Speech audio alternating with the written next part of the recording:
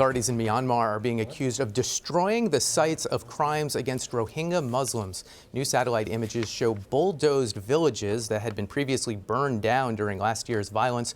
Human rights groups say these are crime scenes containing evidence of atrocities. Many of the Rohingya have been forced to flee. CBS News correspondent Adam Yamaguchi went inside the refugee camps to look at how technology was used to help spark the violence. Here's a preview of the CBSN original, Weaponizing Social Media, the Rohingya Crisis.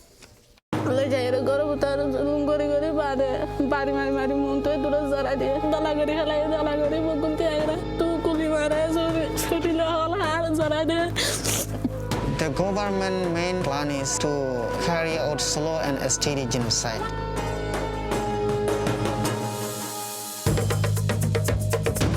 The scale of this is unprecedented. I've never seen anything like this. Everywhere you go, people have these horrible, horrible stories, and they have the scars to prove that happened. The horrific violence has been collectively overwhelmingly denied by so many people in Myanmar. Social media has been, I think, one of the most damaging aspects of this entire crisis. They wrote it on the Facebook. They said, they should not be here. They're intruders, they're terrorists, kill them all. There's a real chill in the air that you can just feel. And Adam Yamaguchi is here to talk about all that. Such an important story. Glad that we'll have this extended look at it. What were you able to see? What were your impressions? So we first started off our trip going to the camps in Bangladesh. It's now one of the largest refugee camps in the entire world. Over 700,000 people who have fled violence in Myanmar, who are now essentially making their new homes in neighboring Bangladesh. We're talking about like half or more than half of the entire population of this group. Exactly. Yeah. There are probably, and it's not entirely certain, but there are probably another 500,000 or so that are still stuck in Rakhine State, which is where the Rohingya have lived for many generations. And what are the camps like? And to jump to the question that is on the mind of every person living in that camp when they wake up in the morning, what next? That's a good question. If you were to ask most people, they would say, this is the new reality. There doesn't seem to be any end in sight, any real discussions about going back to their homes. And for those who have contemplated going back home, there's untold risk and violence in doing so as well. So generally, it's a very uncertain, tense situation. People are struggling to get by on a daily basis. You've got many thousands of international aid workers who've poured in from all over the world, but they can only do so much when you're talking about 700,000 refugees. And before we go to Myanmar, staying in Bangladesh for a second, is there any willingness or appetite for integrating these hundreds of thousands of people into Bangladesh? In Bangladesh, if we take a step back, Bangladesh has done an incredible job housing essentially, the onslaught of a new city.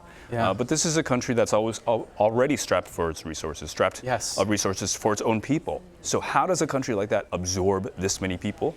It's pretty miraculous that they've managed to do what they've been able to do thus far.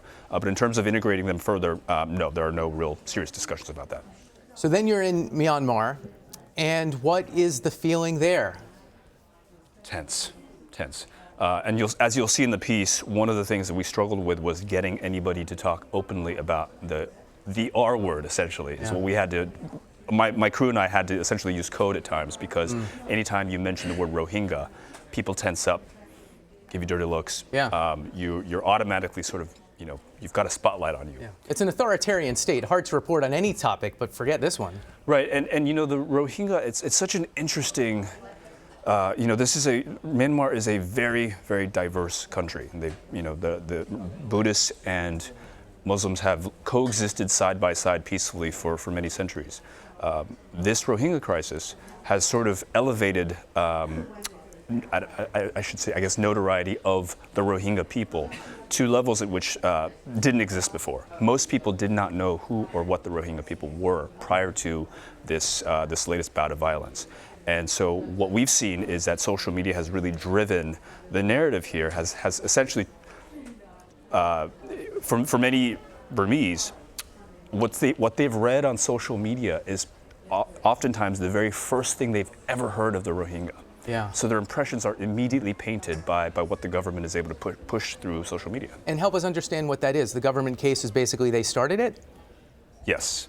Well, it's twofold. It's on one hand, this latest incursion did start when a number of fringe elements of the Rohingya group attacked military and police posts in Rakhine State, killed 12 people.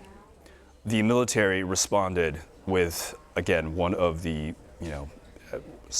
some in the UN would say this is a textbook case of ethnic cleansing. Many at the United Nations say just very, sort of an unequal response to this instigation.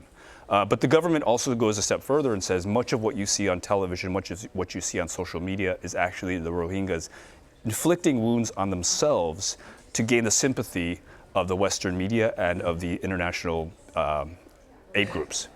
So much of this reminds me, I spent a lot of time in China and in the western part of China where the Uyghur minority is seen in a very negative light by the ethnically Chinese majority and gets a lot of this type of media perspective from the state-controlled media. What do Muslims outside of that state, in the capital, or I should say in the largest city of Rangoon, what do they have to say? They are under quite a bit of pressure themselves. So, like what we found was, again, very, very few people wanted to talk about the Rohingya issue at all. And even though Muslims and Buddhists have coexisted side by side for so long, the Muslim population finds itself at odds with the majority as well. There is a sort of a wave of Islamophobia writ large. So they're not likely to speak out in favor of or against the Rohingya because everyone wants to just maintain a low profile at this point. Aung San Suu Kyi won a Nobel Prize, a Nobel Peace Prize. Now she is coming in for a lot of criticism for her handling or lack of handling of this. What about that? Well, when I asked several people what sort of an impact she would have made if she'd come out forcefully and said, this has got to stop. And just about everyone you ask says, look, she couldn't have stopped this. She does not have the power to have stopped the military. The military would have done this regardless. What she does, though, hold is a sort of a larger-than-life position within society. So if she had come out strongly and said, look, this is wrong. Has she come out at all? She's spoken to the international press when pressed. Yeah. And defended the military to some extent. She defends the military. She'll be the first to bring up the fact that there was an attack staged on the military. What she says, though, is that she clearly stops short of accepting the idea that what we're seeing is a case of ethnic cleansing. Okay, Adam Yamaguchi with a rare look inside Myanmar, Burma. We look forward to seeing it.